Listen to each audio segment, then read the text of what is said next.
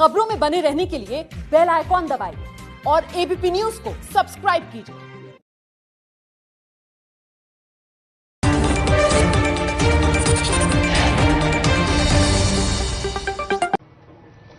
नमस्कार, आप देख रहे हैं एबीपी न्यूज।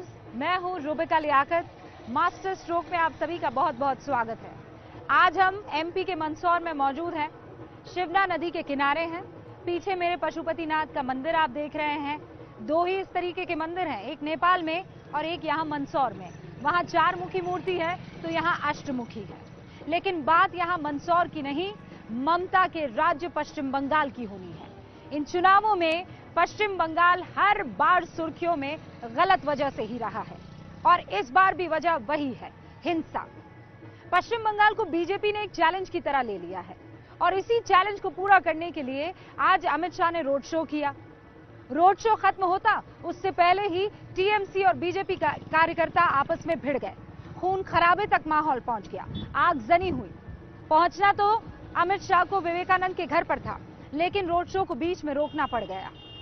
अमित शाह ने एबीपी न्यूज से सबसे पहले बात की और बताया कि आखिर हुआ क्या।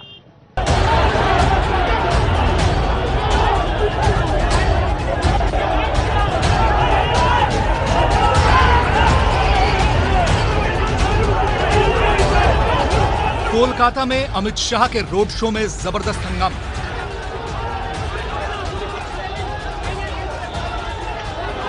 बीजेपी और टीएमसी कार्यकर्ताओं में टकराव।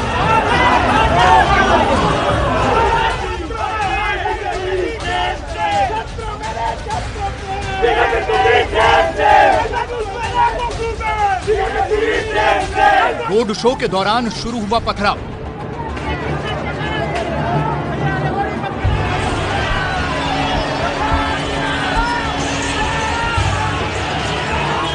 हम यहाँ पर जा रहे हैं गैलरी में, वो ईट फेंका था, मेरा माथा फाट गया। देखिए पूरा ये क्या गुंडाराज है, क्या गुंडाराज है। अभी यहाँ से कुछ लोग टीएमसी समर्थित, सीपीएम समर्थित कहने तथाकथित छात्र हैं, यहाँ से ईट, बोतल और फ्लैग, ब्लैक फ्लैग यहाँ से दिखा रहे थे और ईट फेंक रहे थे। हंगामे के बीच आगजनी।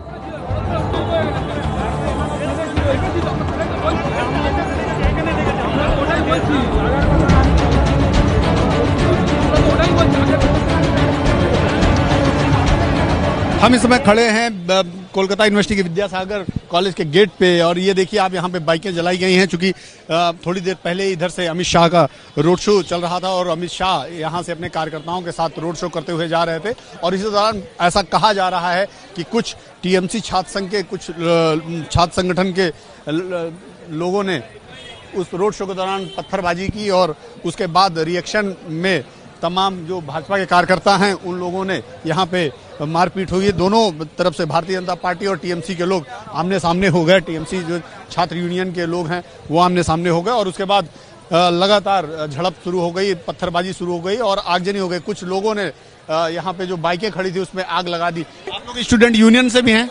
किस TMC student union and unit, हम लोगों का जनरल सेक्रेटरी, यूनिट प्रेसिडेंट, हम सब लोग यहाँ पर खड़ा था। गेट लॉक था, वो लोग अंदर आए, सीआरपीएफ वहाँ पर देख रही थी। हम लोग चिल्ला चिल्ला के बोल रहे थे आप कुछ कीजिए, पर उर्फ लोगों ने कुछ भी नहीं किया। ये कुछ गाड़ियां हैं, आप देख सकते हैं, साइकिल, मोटरसाइकिल, कई इसमें मोटरसाइकिल हैं, करीब 2 से 3 मोटरसाइकिल और स्कूटर है, एक स्कूटर, 2 मोटरसाइकिल और एक साइकिल। इन सबको जला दिया गया था। क्या घटना हुआ था, जरा हिंदी में बताएं। हम लोग go back Amit Shah, just एक तो मैंने प्लेकार्ड था वही दिखा रहे थे, बस और कुछ नहीं। हाँ, बस वही। तो हम लोग अंदर से कर रहे थे। ये तो देखिए, ये तो रहना चाहिए ना लोकतांत्रिक प्रक्रिया में। ये तो गणतांत्रिक जो है, हम लोग को तो ये थोड़ा सा मिलना चाहिए फैसिलिटी। तो हम लोग अंदर में कर रहे थे समर्थन, लेकिन उनसे वहाँ से आके ये लोग, लड़का लोग सारा आके इधर से आया। विद्यासागर का कॉलेज है तो विद्यासागर का पूरा मूर्ति तोड़ा, कॉलेज का बहुत स्टाफ रूम में पूरा तहस नहस कर दिया है। हम लोग के लड़की को मारा है, लड़का को मारा है, पूरा खून निकल रहा है। तो जैसा कि नजदीक से जानकारी लगी कि जो पत्थरबाजी हुई वो दोनों तरफ से हुई है, इधर से भी हुई है, उधर से भी हुई है, दोनों तरफ से क्लैश हुआ है। पत्थरबाजी पहले कॉलेज की तरफ से हुई है, कॉलेज की तरफ से पत्थर फेंके गए, उसके बाद जो है भारतीय जनता पार्टी के कार्यकर्ताओं ने रिएक्शन के रूप में यहां अंदर घुसे और उन्होंने स्टूडेंट्स के साथ मारपीट। ये तस्वीरें उस वक्त की हैं जब कोलकाता में बीजेपी अध्यक्ष अमित शाह का रोड शो निकल रहा था। जैसे ही उनका काफिला कोलकाता के विद्यासागर कॉलेज के पास से गुजरा तो अचानक हंगामा शुरू हो गया कि कॉलेज के अंदर से टीएमसी कार्यकर्ताओं ने रोड शो को निशाना बनाना शुरू किया। उन्होंने 2 जगह पे रोड शो पे हमला करने का प्रयास किया और हमारे कार्यकर्ताओं को लगा भी है प्रकार का जघन्य कृत्य किया गया। मेरी तो समझ में नहीं आता बंगाल में डेमोक्रेसी किस तरह से चल रही है। मुझे तो कुछ नहीं हुआ है, परंतु 2 जगह पे बड़ी मात्रा में तृणमूल के कार्यकर्ताओं ने हमला करने का प्रयास किया था। लाखों की भीड़ एक और रोड शो में थी और ममता दीदी हिंसा कराने का प्रयास कर रही। अभी रोड शो समाप्त हुआ, मुझे रोक दिया गया कि यहाँ से आगे परमिशन नहीं है। मेरी गाड़ी और दिशा में मोड़ दी गई, ट्रैफिक अब जाम हो गया। मुझे विवेकानंद जी के घर पर श्रद्धांजलि देने का भी मौका नहीं दिया गया और पुलिस मुझे बाहर लेकर निकल गई। कोई मेडिकल कॉलेज के अंदर से अचानक कुछ टीएमसी के लोग काले झंडे और टीएमसी के झंडे लेकर बाहर आए। इनके हाथ में कुछ आगजनी फैलाने वाले पदार्थ थे, वो फेंकने लगे। पुलिस मुख दर्शक बनकर खड़ी है, पुलिस ने कुछ नहीं किया। हमारे कार्यकर्ता और टीएमसी के गुंडों के बीच में भिड़ंत हुई और बाद में आगजनी हुई।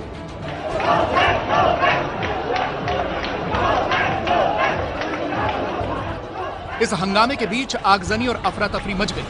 आग बुझाने के लिए फायर ब्रिगेड की गाड़ियां बुलाई गई, वहीं भीड़ को तीतर बीतर करने के लिए पुलिस ने लाठीचार्ज किया।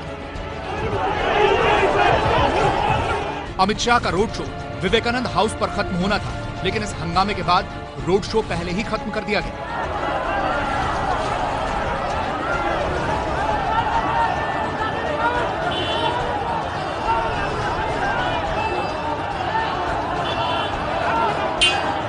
इससे पहले आज सुबह तब भी बवाल हुआ जब रोड शो से पहले बीजेपी के पोस्टर और होर्डिंग हटाए गए।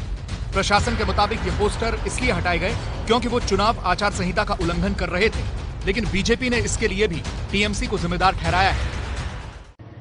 जिस तरह की भीड़ अमित शाह के रोड शो में थी वो दीदी को परेशान कर सकती है और शायद यही वजह है कि कानून व्यवस्था के नाम पर दीदी लोकतंत्र पर हमला कर रही है।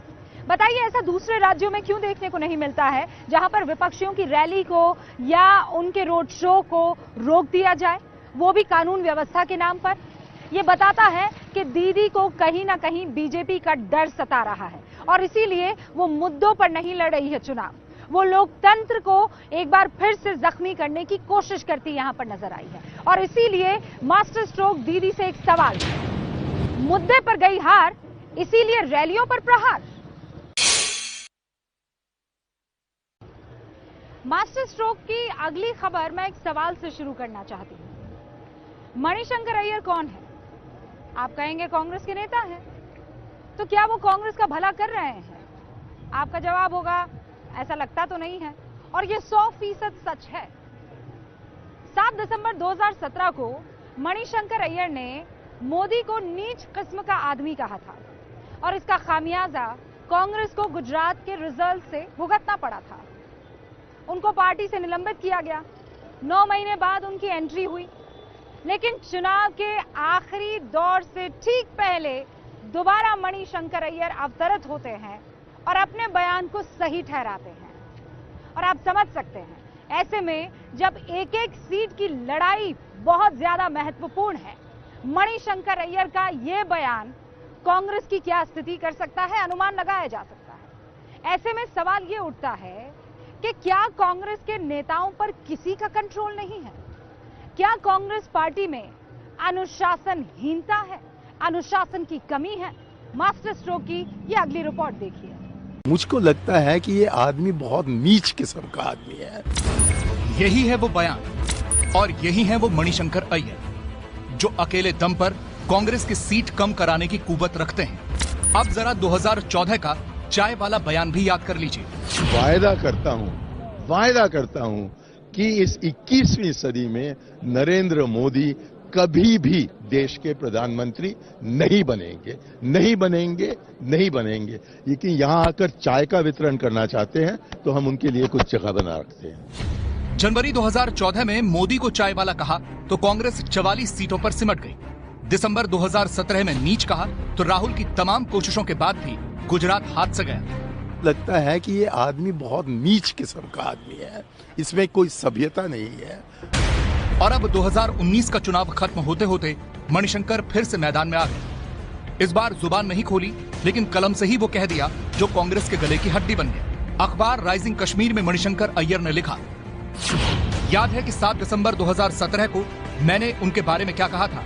क्या मैंने यही भविष्यवाणी नहीं की थी? बयान तो आ चुका है मेरे तरफ से, एक पूरा आर्टिकल है। आप एक पंक्ति उसका चुनकर कहें कि अब इस पर बताइए, मैं तुम्हारे खेल में पढ़ने के लिए तैयार नहीं हूँ। मैं उल्लू हूँ, लेकिन इतना बड़ा उल्लू नहीं हूँ। यानी मणिशंकर अय्यर उस बयान को सही ठहरा रहे हैं जिसमें उन्होंने पीएम मोदी को नीच कहा था। लेकिन आज की खबर जानने के लिए आपको अय्यर की पुरानी सफाई भी जरूर सुननी चाहिए। हाँ, मैंने नीच का शब्द इस्तेमाल किया। अब मैं हिंदी भाषी नहीं हूँ और अंग्रेजी से मैं ट्रांसलेट करता हूँ अपने मन में। तो मैंने अपने मन में लो का तर्जुमा किया नीच में। अब यदि नीच का और कोई अर्थ बनता है तो माजरत चाहता हूँ।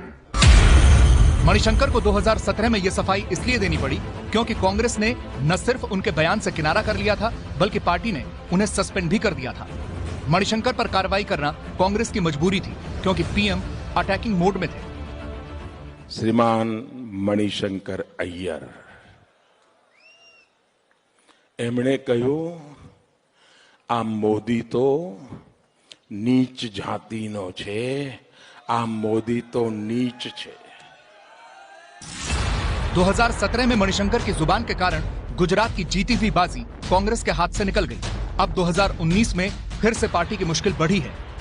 ये इस बात का संकेत है कि कांग्रेस पार्टी अभी तक ये स्वीकार नहीं कर पाई है कि नरेंद्र मोदी जी भारत के प्रधानमंत्री हैं। हम इसकी भर्त्सना करते हैं और मणिशंकर ऐसे लोग कांग्रेस को डुबा रहे हैं और डुबाएंगे। अब कांग्रेस पार्टी 44 से 24 या 14 होने पर आमादा है तो हम कुछ नहीं कह सकते। राहुल गांधी जी को लगता है कि वो चुनाव हार चुके हैं और उन नेताओं को जिनको उन्होंने रोक रखा था उनको अब खुली छूट दे दी है। बंद कर रखा था पिंजरे में, अब खोल दिया है कि जाइए और नरेंद्र मोदी जी के खिलाफ जितनी गाली बोलना है बोलें। बीजेपी ने फिर यह मौका लपक लिया। मणिशंकर के बहाने राहुल गांधी को घेरना शुरू कर दिया है। शिवराज सिंह चौहान ने ट्वीट किया, जाको प्रभु दारुण दुख देही, बाकी मति पहले हर लेही। जब नाश मनुष्य का आता है, पहले विवेक मर जाता है। अब सिर्फ 59 सीटों पर ही वोटिंग बाकी है। ऐसे में कांग्रेस मणिशंकर के बयान से किनारा तो कर ही रही है, साथ ही नरेंद्र मोदी पर हमले भी कर रही है। हम श्री मणिशंकर अय्यर सहित हर वो व्यक्ति जो अपने शब्दों की मर्यादा भुला बैठा है उसकी कड़ी भर्त्सना करते हैं। क्या जब स्वयं प्रधानमंत्री किसी की धर्मपत्नी को 50 करोड़ की गर्लफ्रेंड की संज्ञा देते हैं, क्या आपने देश से उसके लिए कभी माफी मांगी? जब आप पूर्व कांग्रेस अध्यक्षा श्रीमती सोनिया गांधी के बारे कांग्रेस की विधवा कह अपमानजनक भाषा का इस्तेमाल करते हैं, तो मोदी जी क्या आपने इसकी देश की मर्यादा का अनुपालना का कभी ख्याल किया या इसके लिए कभी माफी मांगी? कांग्रेस रिस्क नहीं ले सकती, इसलिए राहुल गांधी ने कुछ इस तरह मणिशंकर के बयान को रफू करने की कोशिश की। ट्वीट किया, मैं राजनीति की एक नई भाषा को आगे बढ़ाना चाहता हूं। हम मुद्दों पर एक दूसरे से जमकर लड़ें, विचारधारा पर भिड़ें, लेकिन घृणा और हिंसा को एक दूसरे के खिलाफ इस्तेमाल न करें। ये बुरा है। राहुल अक्सर ऐसा कहते हैं, लेकिन लगता है कि उनकी पार्टी में अनुशासन है ही नहीं। सैम पित्रोदा के हुआ तो हुआ वाले बयान का असर अभी बाकी ही था कि मणिशंकर अय्यर का नीच वाला बयान फिर से आ गया। 84 में हुआ तो हुआ तो हुआ। अब कल से चुनावी रैली में बीजेपी की जुबान पर मणिशंकर होंगे और निशाने पर राहुल गांधी। ऐसे में राहुल गांधी को इस बात का जवाब देना होगा कि क्या वो पार्टी के नेताओं को अनुशासन सिखाने में नाकाम रहे हैं या बतौर अध्यक्ष पार्टी पर उनकी पकड़ मजबूत नहीं है। राहुल गांधी प्यार वाली राजनीति की बात करते हैं, प्यार बांटने की बात करते हैं, लेकिन उन्हीं की पार्टी के नेता उनकी एक नहीं सुनते हैं, और वो भी वो नेता जिनके नाम के आगे वरिष्ठ लिखा हुआ है। सैम पित्रोदा ने जितना नुकसान करना था पार्टी का कर दिया, बची कुची कसर जो है वो मणिशंकर अय्यर ने पूरी कर दी। ऐसे में दोबारा वही सवाल, क्या राहुल की पार्टी में अनुशासन की कमी है? मास्टर स्ट्रोक आपके सामने है। जब पार्टी में ही नहीं है अनुशासन, तो राहुल कैसे करेंगे देश पर शासन? छठा चरण का चुनाव जैसे ही खत्म हुआ, दोबारा से जाति का मुद्दा हावी हो गया।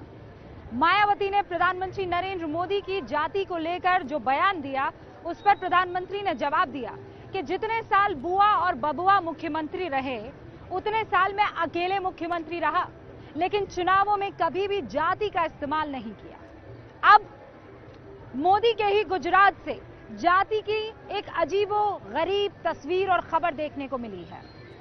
वहां पर एक दूल्हा घोड़ी चढ़ना चाहता था, लेकिन वो अनुसूचित जाति का था और उसे ऐसा करने से रोकना चाह रहे थे सवर्ण जाति के लोग।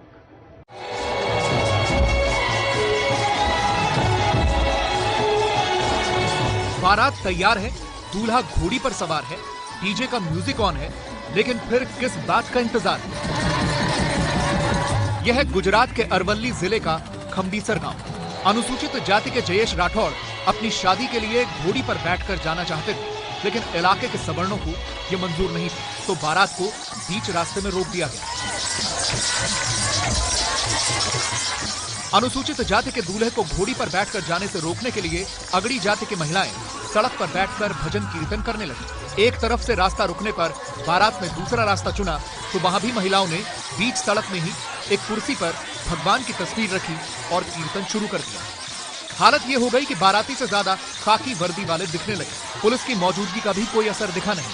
अनुसूचित जाति के जयेश घोड़ी पर बैठ तो गए, पर आगे नहीं बढ़ पाए। उन्होंने अपने पास भीमराव अंबेडकर की तस्वीर रख ली और रास्ता खाली होने का इंतजार करते रहे। इंतजार करते करते शाम से रात हो गई, 5 घंटे बीत गए, पर बारात आगे नहीं बढ़ पाई।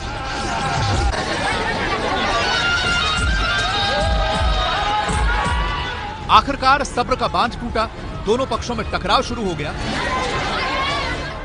पत्थरबाजी होने लगी। कुछ देर में पुलिस की लाठियां भी बरसने लगी। शादी का माहौल एक बवाल में बदल गया। पुलिस कर्मियों समेत कई लोग जख्मी हो गए और इन सब के बीच अनुसूचित जाति के जयेश का घोड़ी पर बैठकर बारात ले जाने का सपना धरा रह गया। गांव वाले मुझे बोल रहे थे, आप दलित हो हरिजन हो, इसलिए आपका वरगुड़ा निकालने का कोई अधिकार नहीं है। मेरा अब एक ही तमन्ना है, मैं के बौद्ध जो बोल रहा है, बौद्ध धर्म अपनाने वाला हूँ। परिवार का आरोप है कि इस पूरे हंगामे में पुलिस ने भी सही भूमिका नहीं निभाई। जयेश अकेले नहीं है। कुछ दिन पहले साबरकांठा में अनुसूचित जाति के एक दूल्हे को भी ऐसे ही विरोध का सामना करना पड़ा था। अनुसूचित जाति पर अत्याचार के मामले गुजरात में पिछले कुछ सालों में तेजी से बढ़े हैं। 2017 में ऐसे 1545 मामले दर्ज हुए, लेकिन इसकी परवाह किसी को नहीं, क्योंकि नेताओं के लिए अनुसूचित जाति के लोग सिर्फ एक वोट बैंक से ज्यादा कुछ नहीं। चुनाव आता है तो हर कोई इस समाज के लिए हमदर्दी दिखाता है।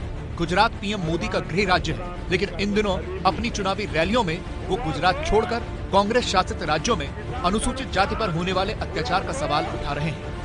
राजस्थान में बहन जी आपके समर्थन से सरकार चल रही है और वहां दलित बेटी पे बलात्कार हुआ है। आपने अपना समर्थन वापस क्यों नहीं लिया? बयानबाजी करके घड़ियाली आंसू बहा रही हो। इस देश को आजाद हुए 72 साल हो गए हैं, उसके बावजूद जाति के नाम पर किसी शख्स को घोड़ी नहीं चढ़ने दी गई। ये खबर मुझे आपको दिखानी पड़ रही है, आपको देखनी पड़ रही है। कहां हम मून मिशन पर जाने की बात करते हैं और कहां जाति के नाम पर हो रहे बंटवारे की खबर सुननी पड़ती है। और ऐसे में ये बात आज बहुत क्लियर हो जानी चाहिए कि इसके लिए सिर्फ और सिर्फ सियासत जिम्मेदार नहीं है, इसके लिए आपकी और हमारी सोच भी जिम्मेदार है। और इसीलिए मास्टर स्ट्रोक आज इसी सोच पर चोट है। हर बात के लिए सियासत नहीं जिम्मेदार, अपनी गलत सोच पर भी करो प्रहार। आखिरी चरण का चुनाव बचा है, 59 सीटों की लड़ाई है और इन 59 सीटों पर जीत के लिए प्रधानमंत्री नरेंद्र मोदी और राहुल गांधी ने एड़ी चोटी का जोर लगा दिया है। दोनों रैलियों पर रैलियां कर रहे हैं। प्रधानमंत्री नरेंद्र मोदी ने आज कहा, हाँ मैंने बगावत की है और ये बगावत गरीबी से है। उधर राहुल गांधी ने भाषा की मर्यादा पर सबको पाठ पढ़ा दिया। अगले 3 मिनट में आप राहुल और प्रधानमंत्री नरेंद्र मोदी की ये चुनावी जंग रैलियों के बहाने देखेंगे। ये सारे एक ही काम में जुट गए हैं, मोदी को गाली दो, गाली दो, गाली दो। ये 6 चरणों के चुनाव के बाद के माहौल की बौखलाहट है। मैं इनकी गालियों को उपहार मानता हूं।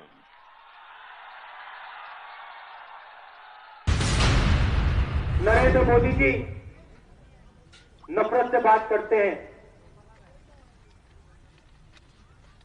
मेरे पिता का अपमान करते हैं, दादी परदादा के बारे में बोलते हैं, मगर मैं कभी भी जिंदगी भर नरेंद्र मोदी के परिवार के बारे में, उनके माता पिता के बारे में कभी नहीं बोलूंगा। मैं मर जाऊंगा, आप सुनो, मैं मर जाऊंगा, मगर मैं नरेंद्र मोदी जी के मां और पिता का अपमान कभी नहीं करूंगा। क्योंकि मैं आरएसएस का आदमी नहीं हूं, मैं बीजेपी का आदमी नहीं हूं, मैं कांग्रेस पार्टी का आदमी हूं। कांग्रेस पार्टी का दिल देखिए, नरेंद्र मोदी की 56 इंच की छाती, कांग्रेस पार्टी का दिल 56 इंच का है।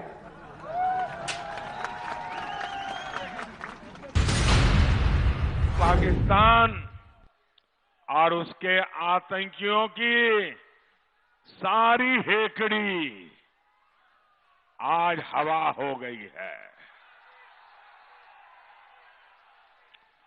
जो आतंकी पाकिस्तान में खुलकर हथियारों की नुमाइश करते थे, वो आज जमीन के नीचे छुपकर मोदी को हटाने की दुआ कर रहे हैं। कभी वो जंगलों को देखते हैं, कभी आसमान को, कभी समंदर को, बेचैन रहते हैं, नींद हराम हो गई है। उनको लगता है कब कहां से भारत के सपूत आ धमकेंगे। बालाकोट की बात चल रही थी। नरेंद्र मोदी जी कहते हैं एयरफोर्स के अफसरों से कहते हैं, एयर चीफ से कहते हैं, फायदा होगा। बादल में, आंधी में, तूफान में रेडार हवाई जहाज को नहीं देख पाएगा। अच्छा नरेंद्र मोदी जी, जब हिंदुस्तान में बारिश आती है, तूफान आता है, तो फिर क्या पूरे के पूरे हवाई जहाज रेडार से गायब हो जाते हैं क्या? फिर कहेंगे नरेंद्र मोदी की सेना हिंदुस्तान के खून पसीने की सेना नहीं, शहीदों की सेना नहीं। यहां सीआरपीएफ का सेंटर है, उनकी सेना नहीं। नहीं, सेना तो नरेंद्र मोदी की है और किसी की नहीं है। 23 मई के नतीजे तय है। क्या नतीजा आने वाला है? क्या नतीजा आने वाला है? फिर एक बार, फिर एक बार, फिर एक बार, नतीजे तय है। मैं पता है आजकल कांग्रेस पार्टी का मूड कैसे पता लगाता हूं। अब जानते हो मूड को कैसे टेस्ट करता हूं? देखो, चौकीदार, चौकीदार, चौकीदार, मूड फिट है, बढ़िया है। कि मोदी भी गरीबी से लड़ते लड़ते गरीबी के खिलाफ ही बागी हो गया है। मेरी एक ही जाति है और मेरी जाति है गरीबी, और इसलिए मैंने गरीबी के खिलाफ बगावत की है। मोदी जी सुन लीजिए, सबसे पहले मैं अनिल अंबानी की जेब में से पैसा निकाल के दूंगा। वो पहले नंबर पे है। दूसरे नंबर पे नीरव मोदी, मेहुल चोकसी है, जो लिस्ट है आपके मित्रों की, वो दूसरे नंबर पे है। उनसे मैं पैसा निकाल कर कांग्रेस पार्टी निकाल कर न्याय योजना में डालेगी। मास्टर स्ट्रोक की अगली खबर एक कविता से शुरू होती है। ये कविता प्रधानमंत्री नरेंद्र मोदी ने लिखी है। ये कविता बनारस पर लिखी गई है। वो बनारस जहां मोदी के मंत्री डेरा जमा चुके हैं, वो बनारस जहां प्रियंका गांधी उसी रूट से रोड शो करने की तैयारी में है जिस रूट से प्रधानमंत्री नरेंद्र मोदी ने रोड शो किया था। वही बनारस जहां से प्रधानमंत्री नरेंद्र मोदी चुनाव लड़ रहे हैं, जहां से उनका जीतना तय है। लेकिन उसके बावजूद क्यों एड़ी चोटी का जोर बनारस में बीजेपी लगा रही है? आज हम आपको इस सवाल का जवाब देंगे कि आखिर क्यों बनारस प्रतिष्ठा का प्रश्न बना हुआ है।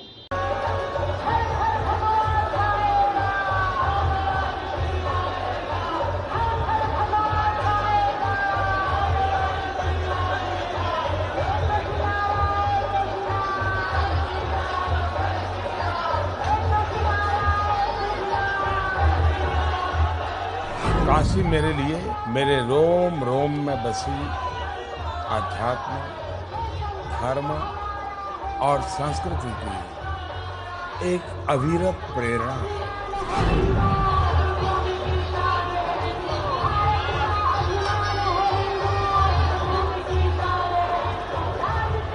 पूरे उत्तर प्रदेश के, पूरे हिंदुस्तान के रिकॉर्ड काशी क्यों न तोड़े। मोदी जी 6 से लेकर 7 लाख वोटों से जीतेंगे। प्रचंड वोट से मोदी जी के यहाँ से वोटिंग होगी। ये टाइम प्रचंड वोट से मोदी जीत के आएंगे। यहाँ की जीत ऐतिहासिक हो, यहाँ की जीत निर्णायक हो। पूरा वोइंग साइड जैसे मोदी जी हमेशा सर्जिकल स्ट्राइक जैसे यहाँ पे हमें डबल लीड में आने वाले हैं अब की बार। काशी से प्रधानमंत्री नरेंद्र मोदी की जीत सुनिश्चित है तो फिर लड़ाई किस चीज की है? लड़ाई है रिकॉर्ड की। प्रधानमंत्री प्रचार के लिए खुद काशी नहीं जाएंगे, लेकिन आज उन्होंने अपने कार्यकर्ताओं से वीडियो कॉन्फ्रेंसिंग के जरिए बात की और कह दिया कि इस बार काशी को रिकॉर्ड बनाना है। जब पूरा हिंदुस्तान काशी की तरफ देख रहा हो तो काशी ने मतदान में भी नया रिकॉर्ड बनाना ही चाहिए। पूरे उत्तर प्रदेश के, पूरे हिंदुस्तान के रिकॉर्ड काशी क्यों न तोड़े। मुझे विश्वास है काशी के दिल में कमल है। प्रधानमंत्री ने काशी के लिए कविता भी लिखी है, वो भी उन्होंने सुनाई। पुरातन पुनीत परिमल काशी, अडिग अप्रतिम अविरल काशी, अडिग अप्रतिम अविरल काशी, निरंतर निर्विघ्न निर्मल काशी, विशिष्ट विकसित विमल काशी। वाराणसी में इन दिनों यही माहौल है।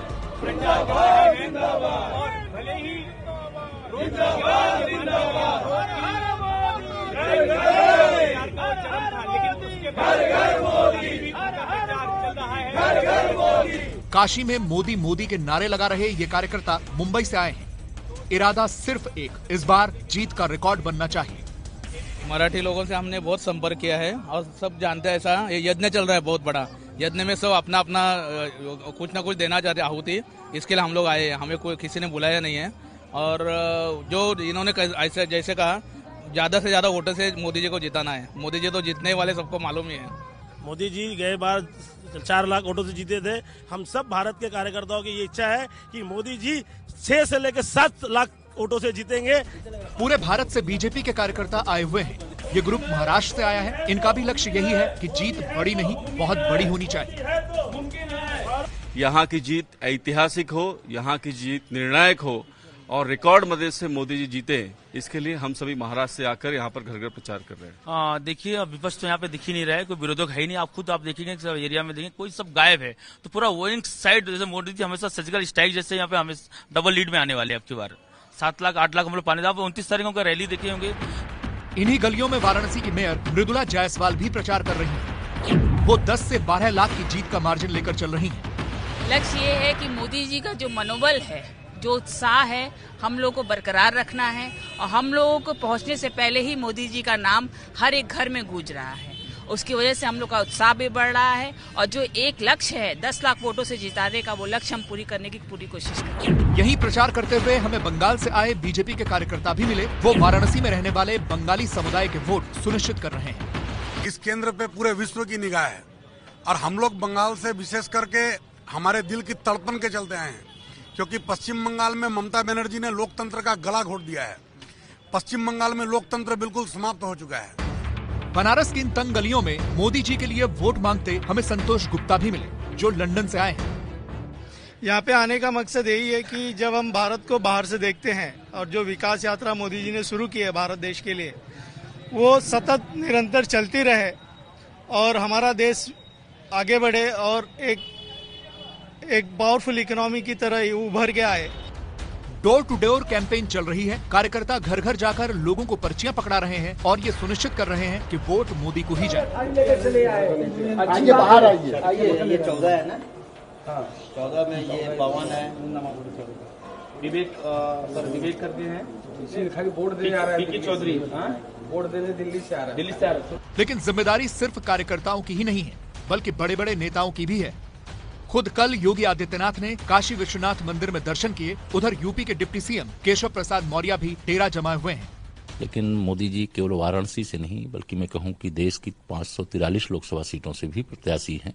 2014 में काशी की जनता ने बाबा विश्वनाथ जी की कृपा से, माँ भगवती गंगा मैया की कृपा से, यहाँ विराजित सभी देवी देवताओं की कृपा से मोदी जी रिकॉर्ड वोटों से जीते। स्थानीय नेताओं के अलावा केंद्रीय नेताओं की भी जिम्मेदारी है। कल पीयूष गोयल की जनसभा थी, तो कल विदेश मंत्री सुषमा स्वराज भी बनारस आ रही हैं। प्रधानमंत्री मोदी के सामने कांग्रेस से अजय राय और गठबंधन से शालिनी यादव की चुनौती है और इस एक तरफा मुकाबले में कांग्रेस ने भी पूरा जोर लगाया हुआ है। कल यहाँ प्रियंका गांधी का रोड शो होना है और खबर यह है कि रोड शो उसी इलाके में होगा जहां प्रधानमंत्री का रोड शो हुआ था। बनारस का नतीजा साफ है। हालांकि लोकतंत्र में ये कहना गलत होगा। उसके बावजूद पॉलिटिकल पंडित ये मानते हैं कि 543 सीटों में से बनारस एक ऐसी सीट है जहां का नतीजा लगभग तय है। तो ये जितनी भी कवायद इस वक्त आप देख रहे हैं, वो जीत के मार्जिन को बढ़ाने की कवायद है, क्योंकि जितना अंतर होगा मोदी की प्रतिष्ठा उतनी ही बढ़ेगी। मास्टर स्ट्रोक, बनारस की लड़ाई अब रिकॉर्ड बनाने पर आई।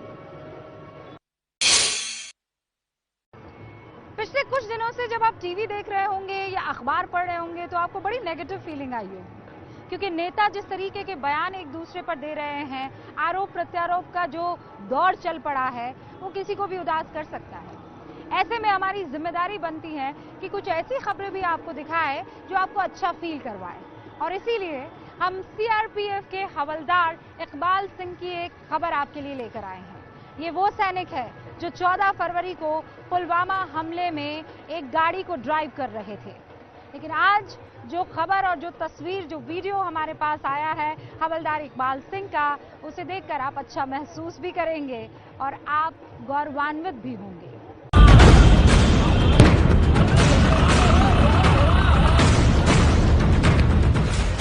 कश्मीर में हमने ये होते देखा। सीआरपीएफ की गाड़ियों पर पत्थरबाजी देखी,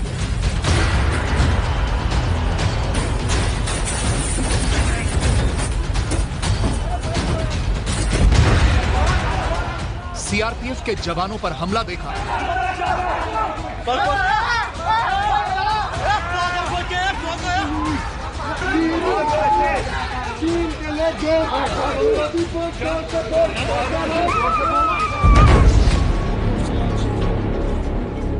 पुलवामा में सीआरपीएफ के काफिले पर हुए हमले में शहीद होते हुए 40 जवान देखे।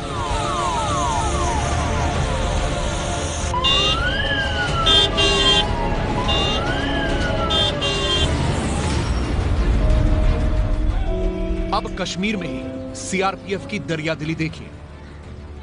इस बच्चे को खाना खिला रहे सीआरपीएफ के जवान हैं हवलदार इकबाल सिंह। काले रंग के कपड़ों में, पैरों में गुलाबी चप्पल पहने ये बच्चा बड़े चाव से खाना खा रहा है।